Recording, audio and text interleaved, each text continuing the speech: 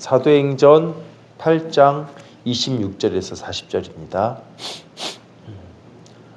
제가 먼저 읽겠습니다. 주의 사자가 빌립에게 말하여 이르되 일어나서 남쪽으로 향하여 예루살렘에서 가사로 내려가는 길까지 가라 하니 그 길은 광야라.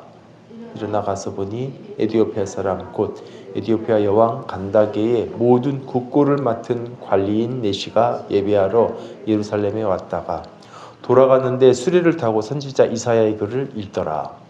성령이 빌립더러 이르시되 이 수레로 가까이 나아가라 하시거늘 빌립이 달려가서 선지자 이사야의 글 읽는 것을 듣고 말하되 읽는 것을 깨닫느냐? 대답하되 지도해 주는 사람이 없으니 어찌 깨달을 수 있느냐 하고 빌립을 청하여 수레에 올라 같이 앉으라 하니라.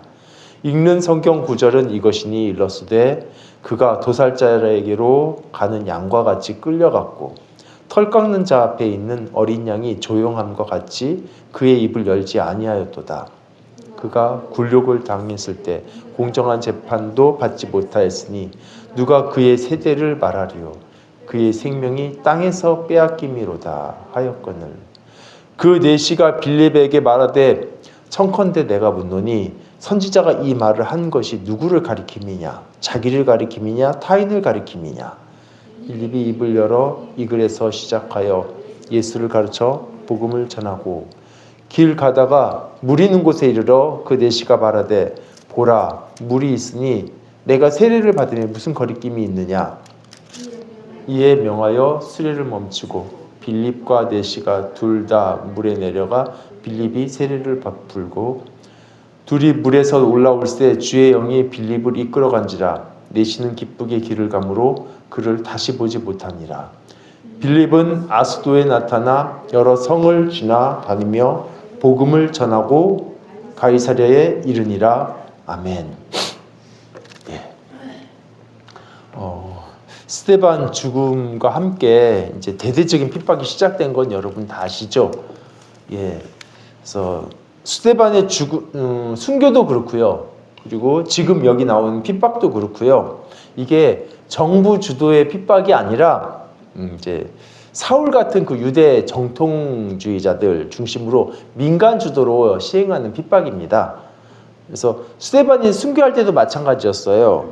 처음에는 공회가 모이고 법적 절차로 시작했는데 이게 설교를 하다가 스데반이 설교를 하는데 중간에 이렇게 과격주의자들이 흥분해가지고요. 그냥 법도 뭐도 없고 폭동 수준으로 끌어다가 집단 린치로 스데반을 죽였습니다. 그리고 그 분위기로 지금 성도들 집집마다 찾아다니면서 핍박한 겁니다. 그러니까 유대 정통주의자들이 그러니까 행동대장처럼 이렇게 핍박을 하고 지도층은 그냥 책임이 없죠. 암암리에 묵인하고 승인해주고 이런 식으로 된 겁니다. 그래서 여러분 그 잘 아시는 역사에서 그 중국의 문화혁명 때랑 좀 비슷한 것 같아요. 그때도 정부의 경찰이 아니라 스스로 홍위병이라고 주장하는 그런 민간인들이 사회 분위기를 주도했고 그리고 그 사람들이 직접 막 사람을 처벌도 하고 죽이기도 했습니다. 그러니까 공권력이 이걸 막지를 못해요. 오히려 정부의 그 최고 지도자는 이걸 이용해서 암암리에 용인도 해주고 심지어 독려도 하고 근데 이거는 사실 누구한테 항의도 할 수가 없습니다. 그 당하는 사람들이. 왜냐하면 공적으로는 정부 주도가 아니거든요. 그냥 폭동처럼 그냥 민간인들이 이렇게 하는 거기 때문에 이때 그래서 지금 초대교회도요 사도들을 제외한 많은 성도들이 다 흩어졌고 그 흩어진 사람들이 각 지역에서 복음을 전했는데 이제 성경은 그 중에서도 빌립이라는 사람에게 이렇게 초점을 맞추고 두 가지 사역을 기록했어요. 그래서 하나는 우리 작년이죠. 바로 전 시간 사마리아 지역에서의 전도였고 오늘 본문은 이제 이디오피아 내시를 향한 전도입니다. 여러분 그 기억하실지 모르겠는데 사마리아에서 빌립이 복음 전도했을 때 분위기가 어땠었나요? 막 그때 하나님께서 은혜를 베푸셔서 표적과 기사가 일어났습니다. 빌립을 통해서요. 그리고 그래서 이제 빌립이 전한 복음을 사람들이 믿고 세례도 받고 그러니까 이제 핍박을 당하는 그 시기에 이제 이런 사건이 큰 힘이 됐죠. 더구나 이제 사도들이 와서 기도를 했더니 성령이 임재하는 사건까지 있었습니다. 자, 근데 이런 은혜의 기쁨이 넘치는 상황이었는데 오늘 읽은 26절에서 주의 사자가 빌립을 다른 데로 가라 이렇게 명령을 했어요. 보통 이런 경우라면 어떤 기대가 됩니까? 이제 빌립을 더 큰 일에 사용하시려나 보다. 왜냐하면 굉장히 크게 쓰임받았기 때문에 이런 기대를 하게 되는데 좀 이상해요. 어디로 가라고 하시나요? 우리 26절을 같이 읽어볼까요? 자, 시작. 주의 사자가 빌립에게 말하되, 그래서 가사로 내려가는 길까지 가라 하니 그 길은 광야라. 아니, 빌립이 가야 될 곳은 사람이 안 사는 광야입니다. 지금 빌립이요, 예루살렘 핍박을 피해서 이제 사마리아가 북쪽에 있거든요. 북쪽으로 올라왔습니다. 그러면은 사실은 상식적인 루트는 더 북쪽으로 가서 뭐 시리아로 가든지 해야 되는데 오히려 지금 남쪽으로 가라고 얘기하고 있어요. 예루살렘 지나서 가사까지 내려가는 길까지. 그러니까 예루살렘을 피해서 올라왔는데 다시 또 예루살렘 쪽으로 가야 될 판국이 됐어요. 더 기가 막힌 거는 이제 그 사람이 가야 될 곳이 사람들이 많은 도시가 아니라 그냥 길이에요. 근데 그 길이 광야입니다. 광야에 있는 길입니다. 사람들이 안 사는 곳, 없는 곳으로 보내신 거예요. 여기서 무슨 복음을 전하죠? 전한다 한들 몇 명이나 만날 수 있을까요? 정말 사람도 잘 안 지나다니는 길인데 우리가 아는 이런 도로가 아니라요. 멀리 먼 지방을 갈 때 쓰는 도로라서 지금으로 치면 전도를 해서 굉장히 복음이 활성화됐는데 무인도로 보내시는 거랑 똑같습니다. 근데 빌립은 순종해서 갔고 그곳에서는 정말 예상대로 많은 사람 만나지 않고 딱 한 사람 만났습니다. 이디오피아의 고위 관리인데 지금으로 치면 이제 재무부 장관 정도, 그리고 대통령 경제수석 뭐 이런 사람이에요. 이제 그 사람이 디아스포라 유대인인지, 그러니까 해외 교포 유대인인지, 아니면 유대교에 입교한 사람인지, 아니면 외국인인데 그냥 하나님을 경외해서 예배하러 온 사람인지 뭐 이런 거는 분명치가 않아요. 그런데 어쨌든 아주 먼 나라에서 하나님께 예배하기 위해서 유다까지 왔다가 지금 돌아가는 길입니다. 여러분, 이디오피아는 그러니까 우리가 아는 지금의 이디오피아 그 지역 아니에요. 이제 명칭은 같지만 이제 구스라고도 부르고, 그런데 상징적으로 그 시대에 가장 남쪽에 있는 가장 먼 나라라고 생각하는 나라가 이디오피아예요. 그리고 가장 지중해 저쪽 끝에 있는 데가 이제 다시스라고 생각을 했었고, 그러니까 이제 여러분 그 스바 여왕 아시죠? 솔로몬 찾아왔던 그 사람도 먼 곳에서 왔다라는 표현이 나오거든요. 남쪽에서 이제 그 나라입니다. 근데 이제 여기는 이제 이디오피아 여왕 간다게가 이제 통치하고 있었는데, 근데 보면은 스바도 그렇고 그때도 여왕이었잖아요. 그래서 여기는 다 여왕인가? 이제 그렇진 않아요. 여기도 왕은 있습니다. 남자 왕이 있는데 보통 그 왕은 이제 신의 아들로 인정되면서 신성한 존재로 추앙만 받아요. 그리고 실무는 여왕이 다 합니다. 이 나라는 좀 그래요. 근데 이제 여기 있는 사람은 넷입니다. 여러분, 이게 구약 배경에서 내시 같은 이런 불구는 성전의 안뜰에 들어올 수가 없습니다. 들어오면 죽어요. 그래서 이방인의 뜰까지 혹은 혹시 가능하면 여인의 뜰까지 들어올 수는 있는데 성전 안뜰까지 못 들어와요. 그래서 아주 멀리서 왔잖아요. 굉장히 그러니까 땅 끝에서 온 거예요. 그 당시로 치면 그렇게 왔는데도 다른 사람들처럼 성전 안까지 들어가서 예배를 할 수가 없어요. 그냥 성전 주변에서 예배할 수밖에 없습니다. 그러니까 이 사람이 이디오피아에서는 대단한 사람일지 몰라도 지금 예루살렘에서는 배제된 사람입니다. 이 한 사람을 위해서 이제 빌립을 광야까지 보내셨어요. 그러니까 사마리아에서 큰 사역을 했던 빌립 정도면 뭔가 더 큰 일을 맡기셔야 될 것 같은데, 그러니까 흔히 우리가 보기에 그냥 사람들의 눈으로 보기에는 뭐지 이거? 단지 한 사람? 그것도 예루살렘으로 오는 사람도 아니라 이제 그 먼 나라로 가고 있는 사람.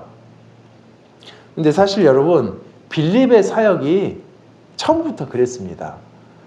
사마리아도요, 유대인들에게는 굉장히 주변 변두리예요.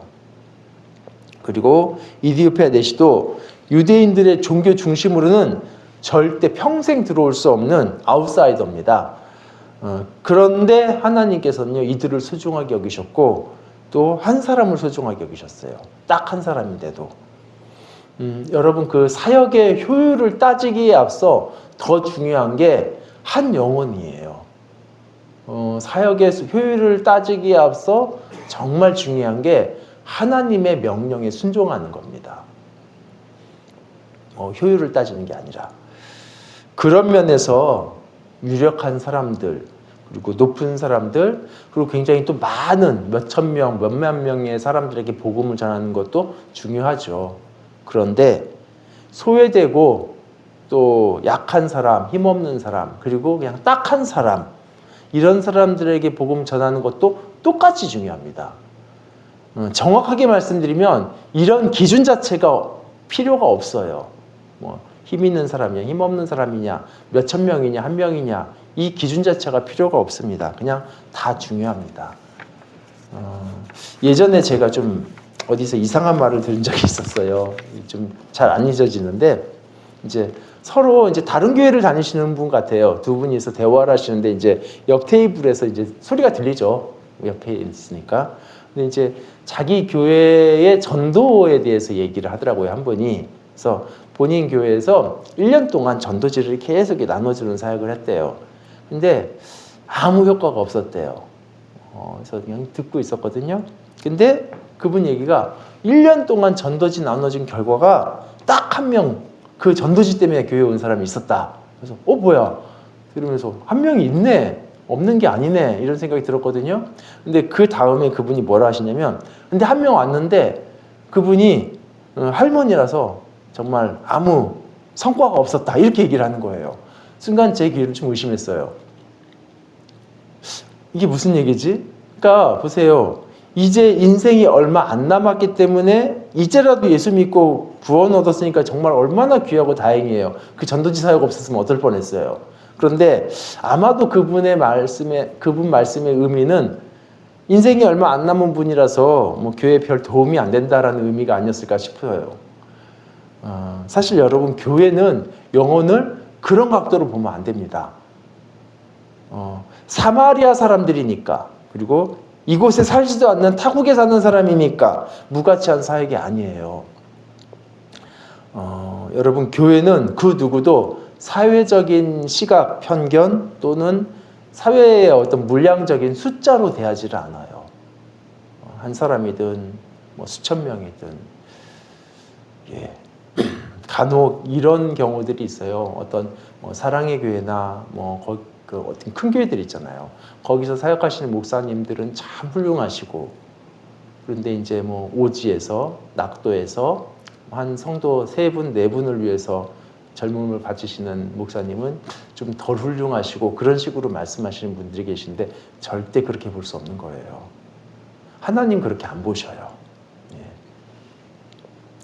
그리고 여러분, 중요한 건요, 사마리아인들이 복음을 받아들이고 세례를 받았죠. 그리고 내시도 복음을 받아들이고 세례를 받았죠. 이게 굉장히 중요해요. 세례를 받았다는 게 무슨 의미죠?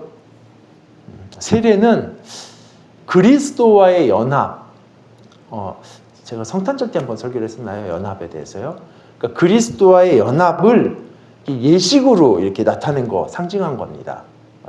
세례가요. 세례는 말 자체가 씻는다 하니까 죄를 씻는 건가 이런데 그런 거 아니에요. 그리스도와 하나됨이라는 의미예요.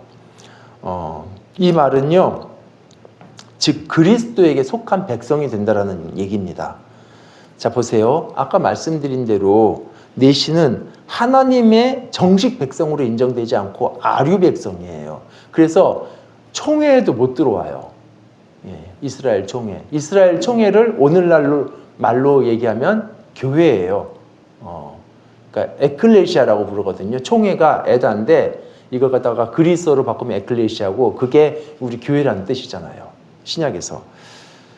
그런데 또 사마리아인들도요, 그 디아스포라, 그러니까 이제 교포들만큼도 취급을 못 받고 이스라엘 백성으로 절대 용납 안 되던 사람들입니다. 그러나 교회는 이들에게 세례를 줬어요. 이 말은 당신들은 동일한 하나님 나라의 시민입니다. 동일한 하나님의 자녀입니다. 동일한 하나님의 백성입니다를 얘기하는 거예요. 더 중요한 사람, 덜 중요한 사람 없습니다. 교회 안에서는. 그래서 우리 교회는 이제 어떻게 보면 좀 특별한 교회잖아요. 대학 안에 있고 위치가. 그리고 구성원들도 대부분이 비슷비슷합니다. 그래서 서로 간 차이가 별로 없어요. 그런데 이제 대부분의 여러분들이 아는 대부분의 교회들은 사실 이렇지 않잖아요. 부자와 가난한 사람이 있고요. 또 학벌 차이도 굉장히 크고요. 출신 지역도 다르고 여러 가지가 차이들이 많이 있습니다. 여러분이 뭐 계속 여기 계실 수 있을지는 모르겠지만 언젠가 지스트를 졸업하고 이제 그런 보통의 지역교회들로 가시게 되면 영혼들을 대할 때 똑같이 보셔야 돼요. 똑같이. 여기서는 그거가 잘 안 느껴지죠. 원래 구성원들이 비슷비슷하니까. 그런데 그런 교회 가서도 똑같이 보셔야 됩니다. 그리고 또 지금도요, 뭐 장년부, 청년부, 시니어, 뭐 이렇게 또 외국인 지체들, 또 이렇게 학교 외의 분들, 아무 차이 없습니다. 더 중요한 사람, 덜 중요한 사람 없어요. 본문을 보면서 조금 다른 주제지만 좀 하나님의 인도하심에 대해서도 좀 생각하게 되더라고요. 빌립의 사역을 보면 처음에 사마리아를 갔었잖아요. 근데 어떻게 갔죠? 하나님께서 넌 사마리아로 가라 이랬나요? 아니요, 그냥 갔어요. 도망간 거예요, 글로. 거기가 제일 안전할 것 같았는지 글로 갔는지요. 근데 지금 이디오피아 내시를 만나러 간 거는 하나님의 구체적인 명령을 따라서 간 겁니다. 그래서 이게 두 개가 달라요, 사역에서. 근데 우리 인생에서도 후자경으로 하면 참 편할 것 같아요. 사실 그런 거 기대하잖아요. 이사 가려고 하는데 하나님께서 어느 쪽으로 가라 이렇게 말씀하시면 얼마나 편해요. 그냥 그렇게 하면 되니까. 또 취업을 하려고 할 때 어느 회사로 가야 될지 그러면 결정하기가 참 쉬울 텐데 근데 하나님께서는 이렇게 해라, 저 직장 가라 이런 힌트를 주시면 참 좋겠는데 그렇게 안 하신다는 거예요. 그렇죠? 그래서 근데 본문을 보면서 느끼게 된 거는 하나님께서 구체적인 명령을 하셔서 갔어요. 이거 분명히 하나님 인도하신 맞죠? 이거는. 근데 그런 명령 없이 우리가 일상에서 결정하는 과정 이것도 하나님의 인도하심이라는 겁니다. 자, 이디오피아 내시를 만난 것은 하나님께서 주권적으로 인도하셔서 간 거 누구나 압니다. 그런데 빌립이 자기가 그냥 알아서 사마리아에 갔던 것 그건 어떻게 이해해야 될까요? 이것도 하나님 인도하심인가요? 예, 맞아요. 만약 이게 아니다라고 한다면 사마리아에서 하나님께서 일으켜주신 그런 표적과 기사는 어떻게 설명해야 되겠어요? 빌립의 사역을 통해서 그것이 복음화 되었는데 이거 하나님께서 가라 하신 게 아니니까 이거 하나님 인도하심을 의심해 봐야 되지 않나 이렇게 할 필요가 있을까요? 이것도 하나님의 인도하심입니다. 이제 근래 시기가 사실은 진학도 하고 취업도 하고 이제 다음 스텝을 준비하시는 분들이 많이 있잖아요. 근데 이제 하나님의 그 인도하심을 간절히 구하면서 한 스텝 한 스텝 나가셔야 돼요. 그러면 하나님께서 인도하실 겁니다. 나는 하나님께서 여기로 가라 저기로 가라 말씀 안 하셨는데요. 그게 필요하시면 말씀하실 거고요. 그리고 여러분이 결정하셨는데 그게 만약에 정말 아니라면 가서는 안 되는 길이라면 하나님께서 막아주실 겁니다. 말씀하실 거예요. 그때 순종하면 됩니다. 여러분 모든 일에 하나님의 그 직접적인 음성을 들으실 필요가 없어요. 하나님께서 이렇게 아까 에티오피아 내시 만나는 경우처럼 직접 개입하셔서 이 길로 가라, 저 회사로 가라 이렇게 하실 때는요. 언제 그러시냐면 대부분 우리가 잘 안 가는 길을 가야만 할 때 그때는 그렇게 말씀해 주세요. 하나님 입장에서 빌립이 광야길로 가야 되잖아요 지금. 그런데 상식적으로 누가 거기로 갈 이유가 있나요? 아무도 없어. 안 가요 거기는. 원래 안 가요. 그렇기 때문에 하나님께서 직접 가라 말씀을 하신 거죠. 만약에 하나님께서 빌립을 갈릴리 지역에서 사역하게 하시고 싶으셨다면 그냥 두셨을 수도 있어요. 아무 말씀 안 하시고. 왜냐하면 사마리아에서 더 북쪽으로 올라가면 갈릴리거든요. 충분히 글로 갈 만한 상식적인 루트입니다. 그래서 아마도 여러분의 삶에서 상식적으로는 가지 않을 만한 길이거나 가야 되는데, 또는 하나님의 직접적인 음성이 아니라면 정말 안 갈 만한 그런 경우에 말씀하실 거라고요. 그러니까 하나님의 음성 못 들었다고 불안해하실 필요 없고요. 그렇다고 또 뭐 이렇게 아무렇게나 해도 되겠네, 그거 아니죠. 예. 간절히 하나님의 인도를 의지하고 간구하시고, 그리고 지혜롭게 결정하시면 됩니다. 아까 말씀드린 대로 만약 그 길 아니면 하나님께서 알려주실 테니까 그때 순종하시면 돼요. 그리고 사마리아인들과 내시의 경우가 또 다른 부분이 더 있어요. 보면 차이가. 예수를 믿는 과정이 참 다양한 것 같아요. 여러분 보시면 앞서 사마리아인들의 경우는 표적과 기사가 일어났죠. 그렇죠? 그래서 그런 것들이 빌립의 증언을 힘있게 만들어줬습니다. 그래서 사마리아의 많은 사람들이 예수를 믿고 세례를 받았어요. 그런데 오늘 본문에는요, 사실 오게 된 과정만큼은 성령님의 직접적인 음성의 결과지만, 또 심지어 마차에 가까이 가라라는 그 디테일까지도 하나님께서 말씀하셔요. 그런데 정작 표적이나 기적은 없습니다. 이 사람이 성경을 읽고 있었거든요. 그래서 이디오피아에서 예루살렘까지 여정을 걸어서 온 것도 아니고 그냥 짐승 타고 온 것도 아니고 마차를 타고 왔을 정도면 굉장히 부자였을 거예요. 뭐 고위직이니까요. 그리고 이사야서 사본을 개인이 가지고 읽을 정도라면 굉장히 부자입니다. 그 당시에 개인이 성경 사본을 소유하는 거 되게 쉽지 않아요. 당연히 그러니까 뭐 이게 교육을 충분히 받을 수 있는 면에서 부족함이 없었을 테고, 또 지적인 능력도 충분한 사람인 것 같아요. 더구나 이 사람이 덜컹거리는 마차 안에서도 성경을 읽을 정도면 평소에도 말씀 굉장히 가까이 하는 사람이겠죠. 근데 마침 이사야서 읽고 있었어요. 빌립이 이걸 어떻게 알았냐면 소리내서 읽으니까 듣고 알았습니다. 그래서 빌립이 한 게 뭔가요? 가까이 가서 그가 읽고 있는 성경을 설명해 준 거예요. 그냥 뭐 막 갑자기 뭐 기적이 일어나고 이런 거 없었고, 그리고 그 구절에서 시작해서 예수를 소개를 했습니다. 아무 기적 없었죠. 근데 그 말을 듣던 내시가 뭐라고 얘기하죠? 36절을 읽어봅시다. 자, 시작. 길을 가다가 물 있는 곳에 이르러 그 내시가 말하되, 보라, 물이 있으니 내가 세례를 받음에 무슨 거리낌이 있느냐. 믿음을 가졌어요. 스스로 생각해도 세례 받는 거에 나 아무 거리낌 없다, 이렇게 될 정도로. 여러분, 사마리아와 내시, 이게 어떤 차이가 있는 것 같아요? 믿게 된 과정은 다릅니다. 그런데 믿고 구원받았다라는 면에서는 동일합니다. 사마리아 사람들에게는요, 사실 그런 기적과 표적이 필요했어요. 왜냐하면 오랫동안 시몬이라는 마술사에게 휘둘리고 있었던 그런 상황이었거든요. 그리고 사마리아인들은 성경을 알긴 아는데 좀 많이 틀리게 합니다. 그런 면에서 거기 이런 표적들이 일단 우선적으로 많이 필요하죠. 이들에게는요. 그런데 성경을 읽고 있던 내시에게는 빌립의 설명이 필요했었습니다. 그래서 우리들 경우도 마찬가지인 것 같아요. 어떤 경우는 우리들 안에서도 표적이 필요할 때가 있어요.